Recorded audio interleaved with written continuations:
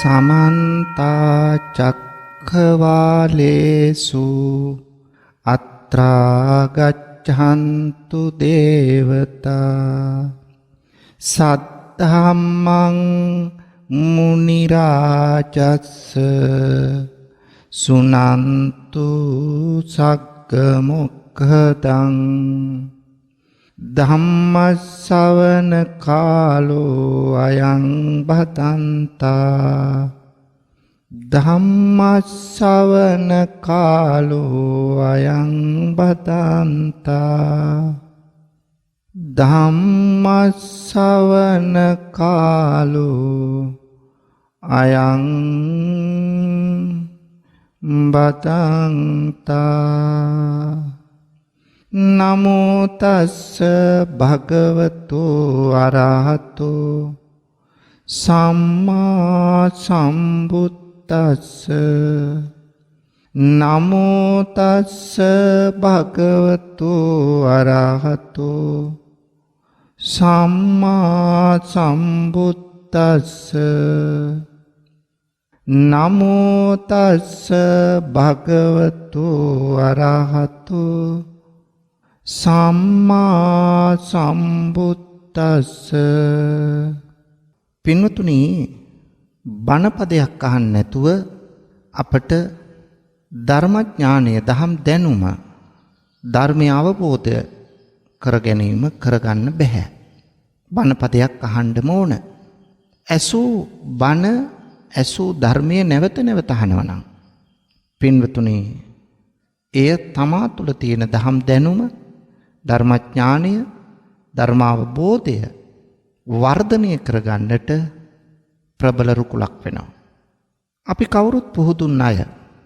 හැම වෙලාවෙම අපට ලාභ, අලාභ, යස, අයස, නිന്ദා, ප්‍රශංසා, සැප, දුක් මේ අෂ්ට ලෝක ධර්මයට මුහුණ දෙන්න සිද්ධ වෙනවා. පින්වතුනි, මේ අටලෝ දහමට මුහුණ දෙන හැම මොහොතකම පුහුදුන් අය හැටියට අපේ සිත ඒකාකාරීව පවතින්නේ නැහැ. වර එක අපි උද්දාමයටපත් වෙනවා, වර එක කලකිරෙනවා, වර එක මානසික වැද වැටෙනවා, තවත් වර එක මනසට ලොකු පීඩාවක් දැනෙනවා, අසහනකාරී තත්ත්වයකටපත් වෙනවා. ඒ නිසා පින්වතුනි, අපට මනස තුල සහනය සංසිඳීම නැති වෙලා යනවා. මෙවන් අවස්ථාවකදී මනසට සහනය සංසිඳීම, සතුට, සැනසුම ලබා ගන්න බණපදයක් ශ්‍රවණය කිරීම අවශ්‍යයි. පින්වතුනි, බුදුගුණ, දහම්ගුණ, සංඝගුණ, පටිච්ච සමුප්පාදයේ කර්මයේ පුනර්භවය වැනි ධර්ම කාරණා පිළිබඳව විසඳා ගත යුතු යම් යම් සැක කටයුතු තැන් තියෙන්න පුළුවන්.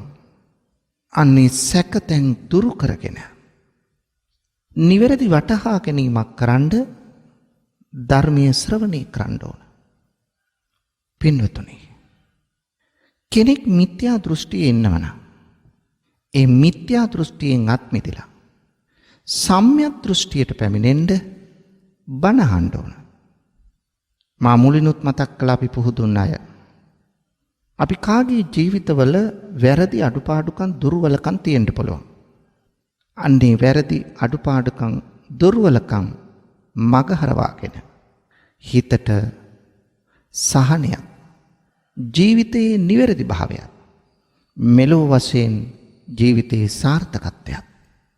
ඒ නිසා ඇතිවන්නා වූ කුසල චිත්තය නිසාම අවසාන චුතිසිත යහපත් කරගෙන ඊළඟ භවයේ සුගතිගාමී ප්‍රතිසන්දියක් ලැබීමේ වාසනාව ලැබෙනවා ධර්ම ශ්‍රවණය නිසා.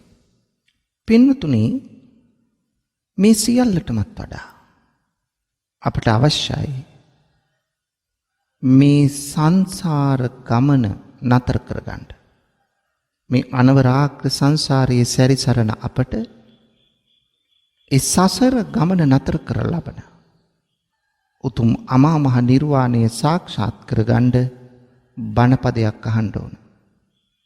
බණපදයක් නැතුව මේ ලෝකයේ කාටවත් නිවන් දකින්න බෑ පින්නතුනේ. අඩුම ගණනේ භාවනා කමඨහනක් වශයෙන්වත් ධර්මයේ ශ්‍රවණය කිරීම අවශ්‍ය වෙනවා. පින්වතුනි, අපි කවුරුත් මේ ලෝකේ ජන්මලාභය ලැබුවා, ලදරු කාලේ ගත කළා, ළමා කාලේ ගත කළා, තරුණ වියටපත් වුණා, වැඩිහිටිය වුණා, ඊළඟට ක්‍රමයෙන් වයෝ වෘත වෙලා ජරාවටපත් වෙලා මරණයට යනවා. නැවත ඉපදුනත් මනුෂ්‍ය ලෝකෙ ඉපදුනත් ඕකම තමයි තත්ත්වය. වෙන කිසිවක් වෙන්න දෙයක් නැහැ. ඒ කාලය තුලදී අපි කියන ඉගෙන ගන්නවා, රැකියාව කරනවා, යම් යම් දේවල් නිෂ්පාදනය කරනවා, විනෝද වෙනවා, කනව බොනවා, අඳිනව පළඳිනවා. ඔය එකම ටිකක් කරනවා. නොමැරෙන මිනිස්සු වගේ තමයි හම්බ කරන්න ගියාම, ගේ දොර හදන්න ගියාම, ඉඩකඩම්බල පැවැත්ම තහවුරු කරගන්න ගියාම අපි රණ්ඩු වෙන්නේ, අපි ආරවුල් කරගන්නේ, අපි විරසක වෙන්නේ මැරෙනවයි කියන එක නිමේෂයක්වත් හිතන්නේ නැතුව පින්නතුනේ. මේ කොච්චර ගොඩ ගහගෙන හිටියත් මේ සියල්ලම අතහැරලා දාලා මම අච්චර පොහොසත්, මෙච්චර පොහොසත්, අච්චර වත්කම් මට තියෙනවා, කෝටි ගණන් ධනෙ තියෙනවා, මෙච්චර යාන වාහන තියෙනවා, මෙච්චර ඉඩකඩම් තියෙනවා, රන් රිදී මුතුමැණික් තියෙනවා, මොන දේ තිබුණත් පින්වතුනි අවසානයේ ඔය ඇඳුමක්වත්, ඔය රත්තරන් බඩුවක්වත්, ඔය මුදලක්වත්, ඔය ඉඩමක් කඩමක්වත්, ගෙයක් දොරක්වත්, කෝටි ගණන් ධනයවත් අබමල් රේණුවක දෙයක් අරගෙන යන්නේ. ඒ සියල්ල මෙලොව දාලා පින්වතුනි හිස් අතින් යන්නේ. මේක තමයි ඇත්ත. ඒ නිසා අපි ඕක තේරුම් ගන්න නැහැ. කොච්චර බණ ඇහුවත් පින්වතුනි සමහරුන්ට බීරි අලින්ට වීණා වාදනය කරනවා වගේ තමයි. කිසිම දෙයක් හිත අහලකටවත් ගන්න නැහැ. නොමැරෙන මිනිස්සු වගේ අනිත් එක්කෙනා යට කරගෙන, එයාගේ දේවල් කඩා වඩාගෙන, එයාව රවටගෙන කපටිකම් කරගෙන බොහෝ දේ කරන්නේ කවදාවත් මරණයටපත් වෙන්නේ නැහැ කියන වගේ චේතනාවකින්. මේක වෙනස් කරගන්න ඔබත් මමත් මැරෙනවා. ඒ මැරෙන මොහොතේදී කිසිවක් ගෙනියන්න බෑ. යථාර්ථයේ ඇත්ත ඒකයි පින්නතුනේ. මැරෙන දවසට ගෙනියන්න පුළුවන් වෙන්නේ අතට ගත්ත ටික නෙවෙයි. කොච්චර බදාගෙන හිටියත් ඒව ගෙනියන්න බෑ. අපට ගෙනියන්න පුළුවන් වෙන්නේ හිතේ යමක් එකතු කරගත්ත නම් අන්න ඒක. අපි හිතේ එකතු කරන්නේ මොනවද? අපි හිතේ එකතු කරන්නේ පින්නතුනේ හොඳ සහ නරක, පින් පව්, කුසල අකුසල්. එතකොට නරක දේවල්, අකුසල් දේවල්, පාපී දේවල්, අයහපත් දේවල් හිතේ ගොනු කරගෙන ඒකත් එක්ක ගියොත් ඊළඟ භවයේ අපට අනිවාර්යයෙන්ම යන්න වෙන්නේ සතර අපායන් එකකටයි. නිරය, තිරිසන්, പ്രേත, අසුර කියන මේ ලෝකයකට. කොච්චර කලක් එහි දුක් විඳ විඳ ඉන්න වේද කාටවත් කියන්න බෑ. හොඳ දේ අරන් ගියොත්, යහපත් දේ, කුසලකාමී, පුණ්‍යකාමී දේ ගෙනිච්චොත්, හිත තුල ගොනු කරගත්තොත් මැරෙන මොහොතේදී ඒවම සිහිපත් වෙලා අපට සුගතියක ප්‍රතිසන්දිය ලබන්න පුළුවන්.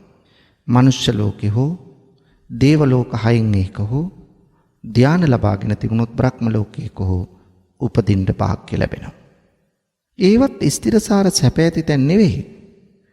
නමුත් අර සතර අපායට නොඇටි අපට පුළුවන් වෙනවා සුගතියක, කාම සුගතියක උපත ලබන්න. සමහරුන් තුල තියෙන පින්නතුන විශ්වාසයක් මැරුණට පස්සේ දින 7ක් මාස 3ක් අවුරුද්දක් මේ ගේ අවට පාවෙමින් සැරිසරමින් ඉන්නවාය කියලා. සමහර අය විශ්වාස කරන්නේ දින 7ක් ඉඳලා දින 7 ධර්ම දේශනාව දානමය පින්කම කළා පින් දුන්නාම ඒ පිනුත් අරගෙන යනවයි කියන අදහස. තවත් සමහරු හිතනවා දින 7න් යන්න බැරි වුණොත් මාස 3ක් ඉන්නවා gedara වහලේ යටලියට වෙලා ඉන්නේ.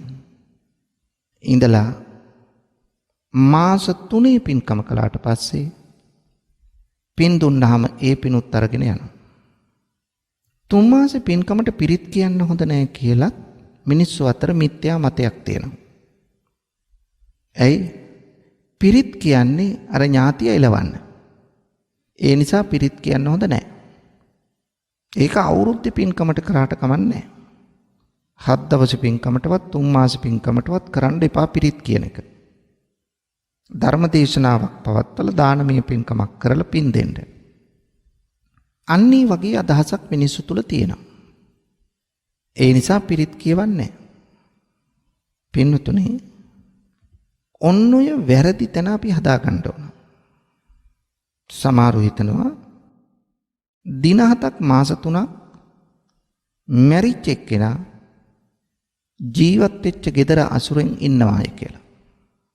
නමුත් මැරිච්ච කෙනා gedara නවතින්නේ නැහැ පින්නතුනි.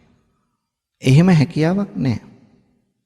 මැරිච්ච කෙනෙක් සතියක් මාසයක් මාස 3ක් අවුරුද්දක් ගේයවට ඉන්නවාය කියන සැරිසරනවාය පාවෙමින් ඉන්නවාය අවකාශයේ ඉන්නවාය කියලා ඒ ප්‍රකාශ සම්පූර්ණම මිත්‍යා වැරදි අදහස්.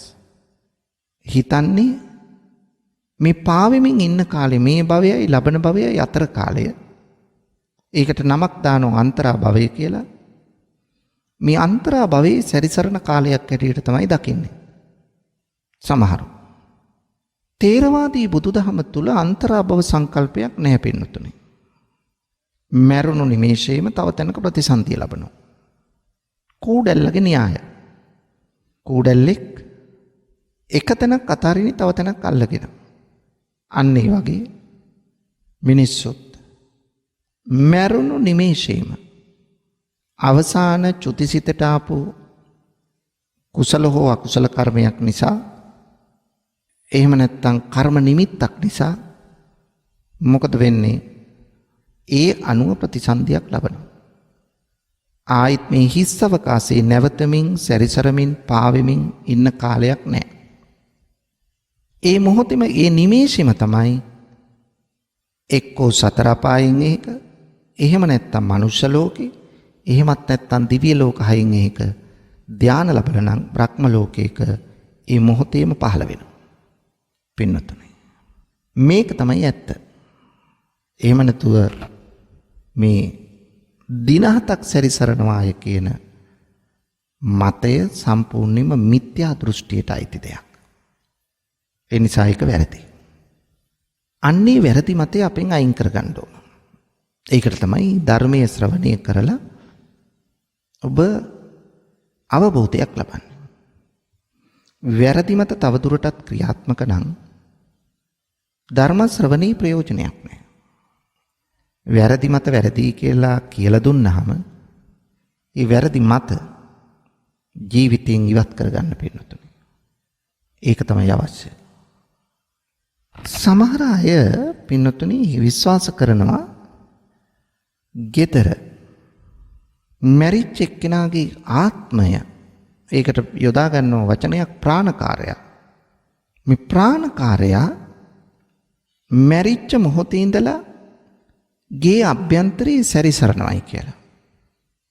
ඒ නිසා සමහර ස්ථානවලට ගියාම පාංශුකූලයට අපිට පේන දෙයක් තමයි කෙනෙක් මේ පෙට්ටියේ තැන්පත් කරලා තියෙන මෘත ශරීරය ස්වාමීන් වහන්සේලා පාංශුකූලයේ දෙන්න නිවසට වැඩම කළාට පස්සේ මෘත ශරීරයේ සහිත පෙට්ටිය දැන් එළියට ගන්න ඕන. මොකද ගේ ඇතුලේ සමහර ගෙවල් විශාල ගෙවල් නම් ප්‍රශ්නයක් නැහැ. ගේ ඇතුලේ මේ කටයුත්ත කරන්න පුළුවන්. සමහර ගෙවල් තියෙනවා කුඩා ගෙවල්. එතකොට ගේ ඇතුලේ කටයුතු කරන්න බැරි නිසා එළියට ගන්න. මේ මෘත ශරීරය එළියට ගන්න කලින් එක්කෙනෙක් නියෝග කරනවා දැන් හරි කියලා. අපිත් බලාගෙන ඉන්නව මොකක්ද මේ හරි කියලා කිව්වේ. බලනකොට ගේ ඇතුලේ ඉන්න සියලු දෙනාම මිනිය විතරක් ගේ ඇතුලේ තියලා එළියට එනවා. ඇවිල්ලා දොර ජනෙල සියල්ලම වහනවා. විනාඩි 2ක් විතර එහෙම තියෙනවා. තියලා නැවතත් අර පුජ්‍යලේ අන දුන්නාම දොර ජනෙල් ඇරලා ඊට පස්සේ තමයි මිනිය එළියට ගන්නෙ. දැන් පින්නතුනි මේ සිද්ධිය දැක්කට පස්සේ දායක මහත්තයා හවස පන්සලට ආවට පස්සේ මම ඇහුවා අර ගෙදර මෘත ශරීරයේ සහිත පෙට්ටිය එළියට ගන්න කලින් ඇයි ගෙදර වැහුවේ? දොර ජනෙල් වැහුවේ ඇයි? මගෙන් අහනවා ආමුදුරු තාම දන්නේ නැද්ද ඕක? මං කිව්වා දන්නව නම් අහන්නේ නැහනේ. ඒ තමයි මිනිය තනි කලයි කිව්වා. මං කිව්වා මිනිය කොහොමද තනියෙන් ඉන්නේ? කවුරුවත් මොකෝ අල්ලගෙන ඉන්නවයි? නෑ ස්වාමීන් වහන්සේ ඒක නෙවෙයි තාම තේරුනේ නෑ. ඒ මැරිච්ච කෙනා දැන් දවස් 2ක් තිස්සේ ඔහුගේ ප්‍රාණකාරයා මේ ගේ ඇතුලේ සැරිසරනවා. දැන් අපි කලේ දොර ජනෙල් වහලා එයා මිනිහත් එක්ක සම්බන්ධ කළාලු. මං ඒව මිනිහත් එක්ක සම්බන්ධ වෙනව දැක්කද? නෑ දකින්න දෙයක් නෑ ඒක එහෙම තමයි කිව්වා. ඊට පස්සේ තමයි මෘත ශරීරය එළියට ගන්න. මං ඉතින් ඒ දායක මහත්තයත් එක්ක මේ ඔහුගේ ඔළුවේ තියෙන මිත්‍යා මතය ඉවත් කරන්න විනාඩි 45ක තරම් කාලයක් කතා කළා. කතා කළා ඔහු ඉන්න වැරදි මතය නිවැරදි කළා. එනම් ඔහු හිතාගෙන ඉන්නේ පවුලේ අය හිතාගෙන ඉන්නේ මැරිච්ච එක්කෙනා ගේ ඇතුලේ සැරිසරන කාලය තිබුණා. ඒක අර මිනිහත් එක්ක එකතු කරගත්තාම වැඩේ ඉවරයි. දැන් බයක් නැහැ කියලා. බලන්න පින්නතුනි මිත්‍යා මත ජීවිතයේ කිඳා බහැපු හැටි. පස්සේ මම කිව්වා මැරිච්ච එක්කෙනා මෙහි නැහැ. මැරෙන්නේ යම් මොහොතකද ඒ මොහොතේම ප්‍රතිසන්දියක් ලබනවා. නැවත උපතක් ලබනවා. සැරිසරන්න පාවෙන්න කාලයක් නැහැ. ඒ නිසා ඕගොල්ලොන්ට මේ ඕන වෙලාවට ඒ ප්‍රාණකාරය අල්ලලා මිනිහත් එක්ක සම්බන්ධ කරන්න බෑ. මොකද එහෙම කෙනෙක් නැහැ. වටහලා දුන්න පින්නතුන. ඒ නිසා බුදුදහමේ අන්තරාභව සංකල්ප නැහැ කියන එක. බුදුදහමේ කෙනෙක් මැරුණට පස්සේ දින 3ක් හරි 7ක් හරි 3 මාසයක් හරි පාවෙන කාලයක් නැහැ. ඒ නිසා මේ වැරදි මතය අප තුලින් ඔබ තුලින් ඉවත් විය යුතුයි. ඊළඟට පින්නතුනි බලන්න සමහර පළාත්වල කෙනෙක් මැරුණට පස්සේ 7 දවසේ බණ කියන්න මිනිස්සු අතර වාද විවාද. සමහරු කියනවා 6 දවසින් 6 වෙනි දවසේ බණ කියලා 7 දවසින් දාන දෙමු කියලා. සමහරු කියනවා 7 දවසින් බණ කියලා 8 වෙනි දවසේ දාන දෙමු කියලා. සමහරු කියනවා 5 වෙනි දවසේ බණ කියලා 6 වෙනි දවසේ දාන දෙමු කියලා. දැන් මේකට ආරවුල් කරගන්න. දිනේ හොයාගන්න බැහැ. පින්වතුනි මැරිච්ච එක්කෙනාට පින් දෙන්න දින 7ක්ම යන්න ඕන නෑ. ඒ මොහොතේම පින්කම් කළා පින් දෙන්න පුළුවන් නම් එච්චරයි අවශ්‍ය. පින් ගන්න පුළුවන් තැනක ඉන්නව නම් පින් ගනි. අපට නිශ්චිත වශයෙන්ම කියන්න බෑ පින් ගන්නවාද නැද්ද කියලා. නමුත් පින් ගන්න පුළුවන් තැනක ඉන්නව නම් පින් ගනි. මේකට දින 6න්ද 7න්ද කියන ගැටලුවක් නැහැ. දැන් අපි ඒකට දින ගනිනවා. දැන් අපි හිතන්නේ මැරිච්ච එක්කෙනා මැරුණේ අද නම් හෙට gedara මිනිය තියාගන්නවා මොකද අවසන් කටයුතු අවසන් ගෞරව දක්වන්න. කෙනෙකුට එන්න වෙලාව තියෙන්න ඕනනේ. සමහරව හිතනවා මේක මේ කොවිඩ් කාලේ වගේ කෙනෙක් මැරුණට පස්සේ අනේ මොකටද තියාගෙන එක දවසෙන්ම මේ මිනිහ අවසන් කටයුතු කළා ඉවර කළා නම් වැඩේ ඉවරයි.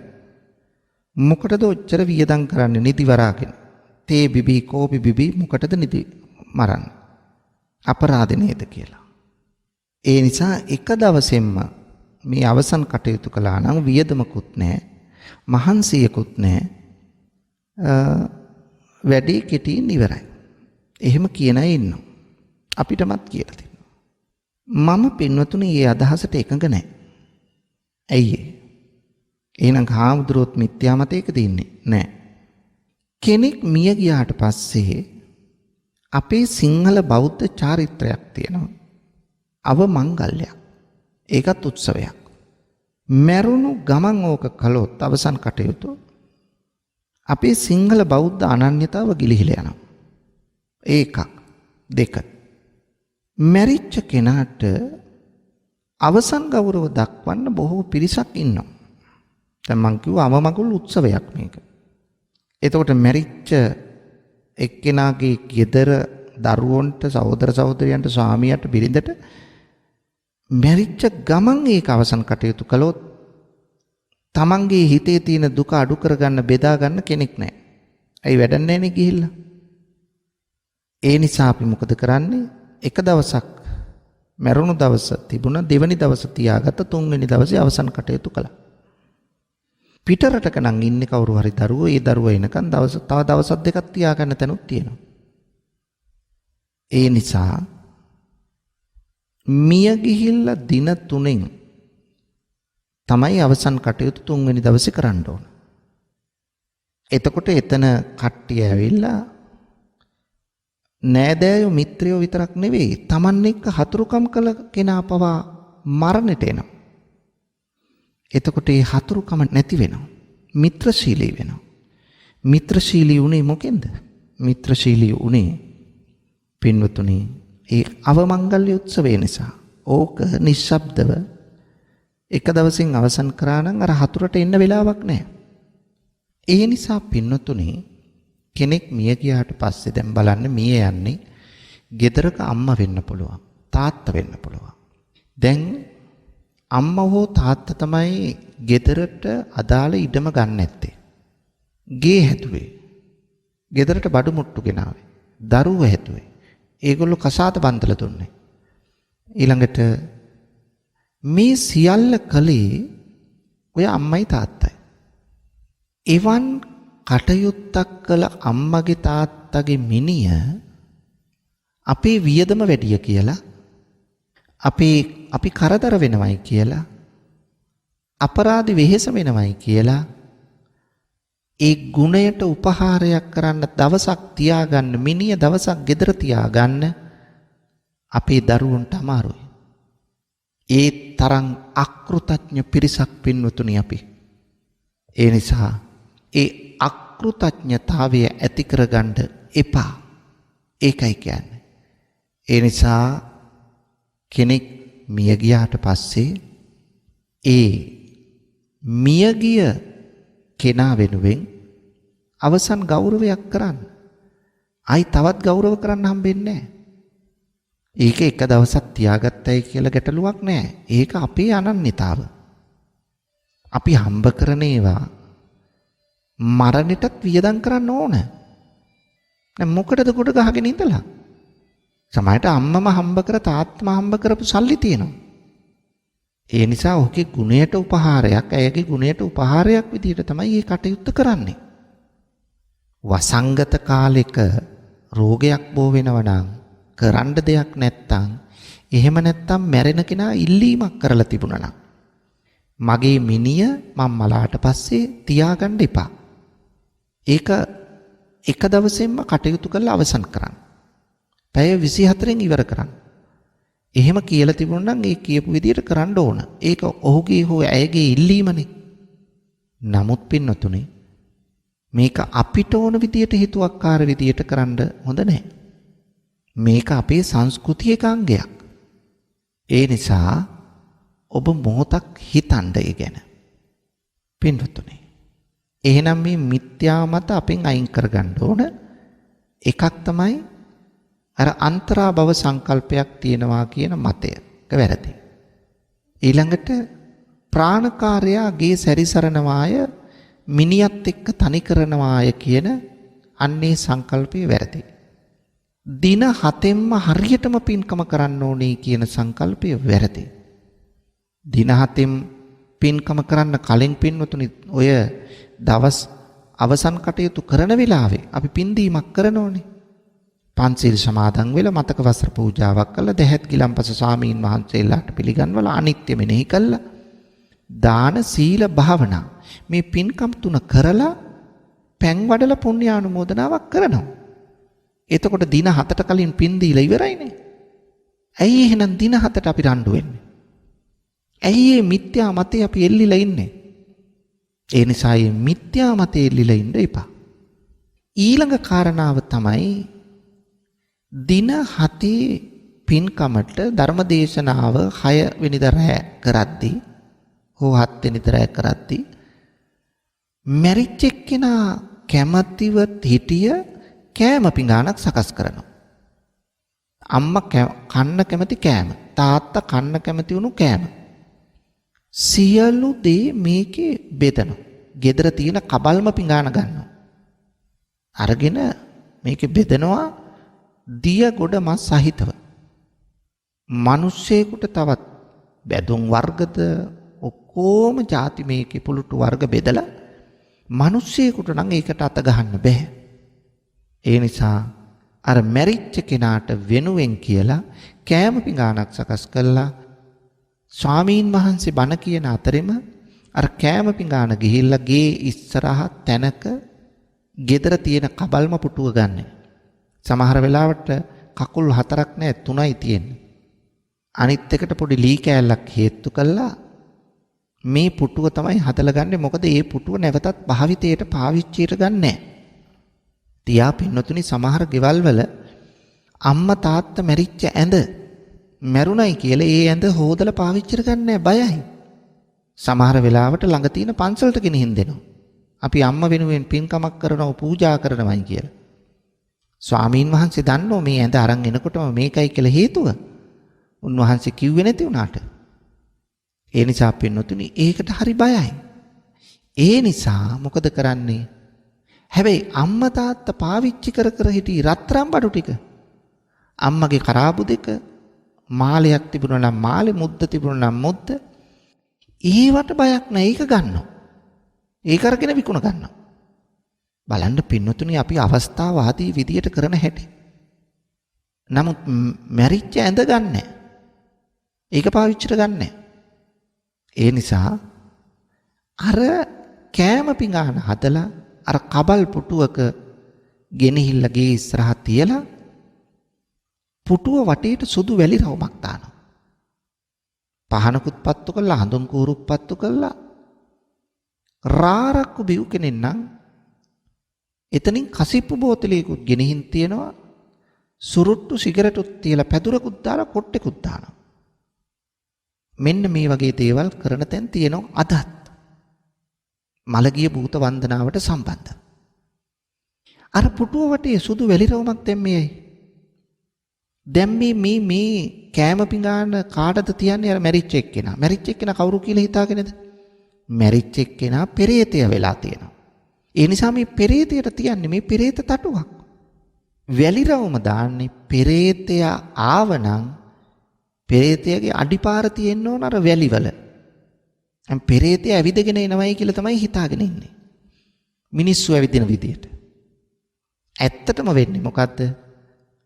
අර තියෙන පුලුටු වර්ග මස් මාළු වල ඉව දැනෙන බල්ලෙක් ඇවිල්ලා අර කෑමික කාලා යනවා.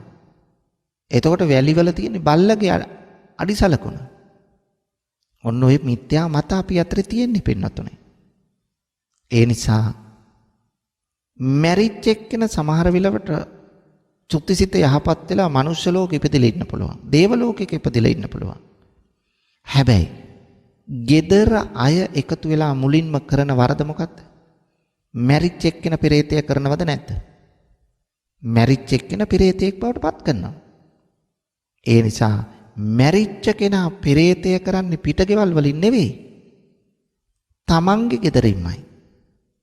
පෙරේතය කියලා කිව්වේ නැති වුණාට පෙරේත තටුක තියෙනවා නම් පෙරේතයට හැර වෙන කෙනෙකුට නෙවෙයිනේ.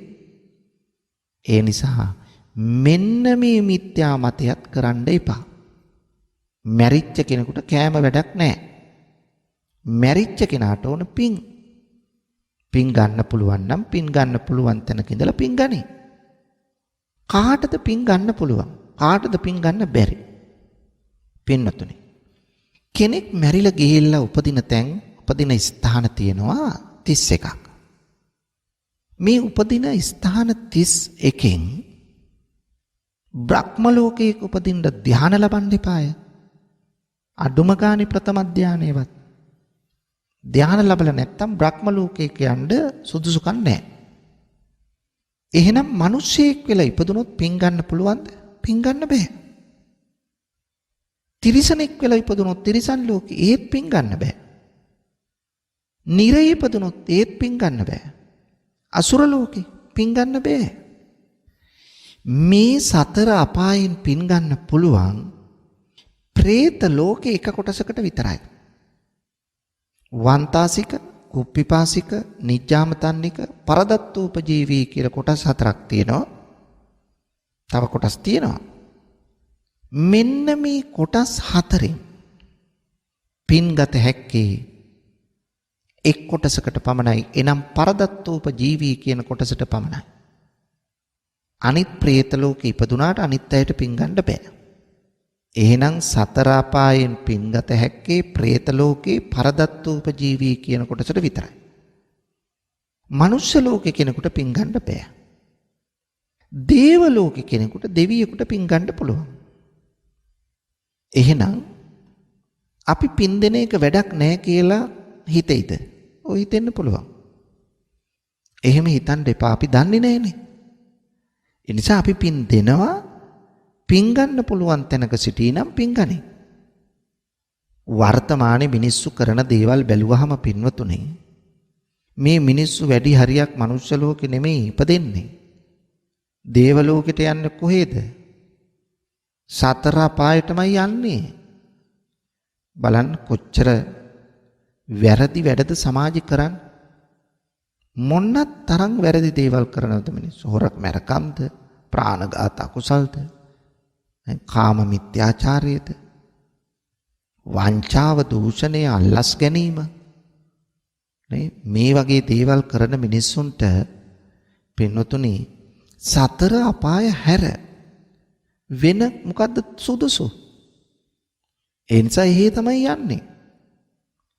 එහෙනම් ඔය වැරදි වැඩවලට අපි යෙදෙන්න, නිරත වෙන්න, යොමු වෙන්න එකම හේතුව අපි මැරෙනවයි කියලා නොහිතන එකත්, මැරෙනකොට කිසිවක් ගෙනියන්න බෑ කියලා නොහිතන එකත්. ඔක හිතුවනම් ඔය ප්‍රශ්නේ වෙන්නේ නැහැ. එහෙනම් අපි හුඟක් වැරදි අපි අඩු කරගන්නවා පින්නතුනේ. සාධාරණ යුක්ති සහගත මිනිස්සෙක් බවට පත් වෙනවා. එහෙනම් පින් ගන්න පුළුවන් වෙන්නේ දේව ලෝකයේ කෙනෙකුට හෝ පරදත්තූපජීවී කියන പ്രേත ලෝකයේ කෙනෙකුට පමණයි. නමුත් අපේ යුතුයකම හැටියට අපි පින්කමක් කරලා පින් දීම කළ යුතුයි. එහෙනම් මරුණට පස්සේ ගෙවල් වල විවිධ ශබ්ද, විවිධ හඬවල්, විවිධ දුර්ගන්ධයන් අපේ මිනිස්සු අපටම කියනවා. ඒක එහෙනම් මැරිච් එක්කෙනා ගිහිල්ලා නැහැ කියන එකට සාධකයක් නෙමෙයිද කියලා හිතෙන්න පුළුවන්. නෑ පින්නතුනේ, ඒක නිවැරදි කරගන්න. මං කිව්වා කෙනෙක් මැරුණු නිමේෂයේම තව තැනක ප්‍රතිසන්දියක් ලබනවා. මැරුණු නිමේෂයේම ප්‍රතිසන්දියක් ලබනවා. ප්‍රතිසන්දිය ලබන්නේ අපි හිතමු අවසාන චුතිසිත අයහපත් වුණා. අධික තණ්හා මනෝභාවයක් ආවා. මසුරුකමක් ආවා. මේ මසුරුකම නිසාම මේ අධික තණ්හාව නිසාම ගෙදරට ආසාවෙන්, මිල මුදලට ආසාවෙන්, භවභෝගවලට ආසාවෙන්, සහෝදර සහෝදරියන්ට ආසාවෙන්, දුවට පුතාට මුණුබුරාට මිනිබිරීට ආසාවෙන්, යාන වාහනවලට ආසාවෙන් කෙනෙක් මලොත් මේ මසුරුකම අධික තණ්හාව නිසාම එවන් කෙනෙක් උපදින්නේ එකෙල්ලේම പ്രേත ලෝකේ. പ്രേත ලෝකේ ඉපදුණු කෙනා ආසාව තියන්නේ නිවසට නම්, දරුවන්ට නම්, ගේ දොරට නම්, මිල මුදලට නම්, රන් රිදී මුතුමැණික් වලට නම් අන්න ඒවා තියෙන තැන් සොයාගෙන එනවා. ඒවා තියෙන තැන් සොයාගෙන එනවා. ඒ නිසා ඔන්න ගෙවල් වල പ്രേත දෝෂ ඇති වෙන්න හේතුව. මොකක්ද හේතුව? මැරිච්ච කෙනා പ്രേත ලෝකෙ උපදින්නේ. പ്രേත ලෝකෙට යන්න හේතුව අධික මසුරුකම හා තණ්හාව. තණ්හාව තියෙන්නේ gedara දෙයකට. ඒ නිසා නැවතත් අර പ്രേත ලෝකෙ ඉන්නේ නැතුව gedara එනවා ඒ പ്രേතය. ඒ പ്രേතිය අන්න gedarට ඇවිල්ලා තිරෝකුඩ සූත්‍රයේ බුදුහාමුදුරුවෝ සඳහන් කරනවා gedara බිත්ති මුළු වල, ගෙයින් පිටත, දොරකොඩ මේ වගේ තැන්වල රැඳිලා ඉන්නවා. ඒ අය බලපෑම් කරනවා. එතකොට මිනිස්සුන්ට වඩා බලවත්ද? නෑ, බලවත් නෑ. හැබැයි මිනිස්සුන්ගේ දුර්වලකම් හමු වී ප්‍රේතය බලවත් වෙනවා. අන්න ඒකයි මේකේ වටහා ගන්න ඕන දේ. ඒ නිසා පින්නතුනි പ്രേත ලෝකයේත් යම් යම් දේවල් අපිට පේන්න, දකින්න, අත්දැකීම් ලබන්න පුළුවන් වෙලා තියෙනවා. പ്രേත ලෝකයේ പ്രേතයෝ මිනිස්සුන්ට ආරූඪ වෙනවද? මිනිස්සුන්ගේ ඇඟට වැහෙනවද? ඔව්. සමහර දුර්වල මිනිස්සුන්ගේ ඇඟට වැහෙන්න පුළුවන්. ඒ නිසා ඒව නැහැ කියලාම ප්‍රතික්ෂේප කරන්න බෑ. විවිධ දුර්ගන්ධයන් එවන්න පුළුවන්ද പ്രേතයන්ට? ඔව්. දුර්ගන්ධයන් විතරක් නෙමෙයි, සුවඳත් එවන්න පුළුවන්. කපුරු මල් වල සුවඳ එවන්න පුළුවන්, හඳුන් කූරු වල සුවඳ එවන්න පුළුවන්. මේ වගේ දේවල්. දුර්ගන්ධයන් ඒත් එවන්න පුළුවන්. බුලත් පිටක් කාලා කෙල ගැහුවම අන්න ඒකේ දුර්ගන්ධය ගෙදරකට එන්න පුළුවන්. ඊළඟට අසෝචි වල ගඳ එන්න පුළුවන්. මඩවලක ගඳ එන්න පුළුවන්. අර පුවක් මඩේ දැම්මහම දුර්ගන්ධයක් නේ ගඳ එන්න පුළුවන්. මෙවැනි දුර්ගන්ධයනොත් නිවසකට එවන්න පුළුවන්. ඒකට ඒ නැති කරගන්න මොකද්ද කරන්න ඕන? ඒ නැති කරගන්න නම් අපි එකක් තමයි ආසාවෙන් නොමැරෙන්න ඕන. එතකොට කාටවත් කරදරයක් නැහැ. දෙවැන්න තමයි නිවසේ බුදුන් වදින තැනක් හදලා උදේට හවසට පිරිසිදුව පිළිවෙලකට වැඳුම් පිදුම් කරලා අවසානයේ තුන් සූත්‍රය සජ්ජායනා කරන්න ඕන. දිනපතා. ආන්න එතකොට අර പ്രേතයට ඉන්න හැකියාවක් නැහැ. දැන් සමහර අය කියනවා අපි මෙච්චර පිරිත් කියනවා.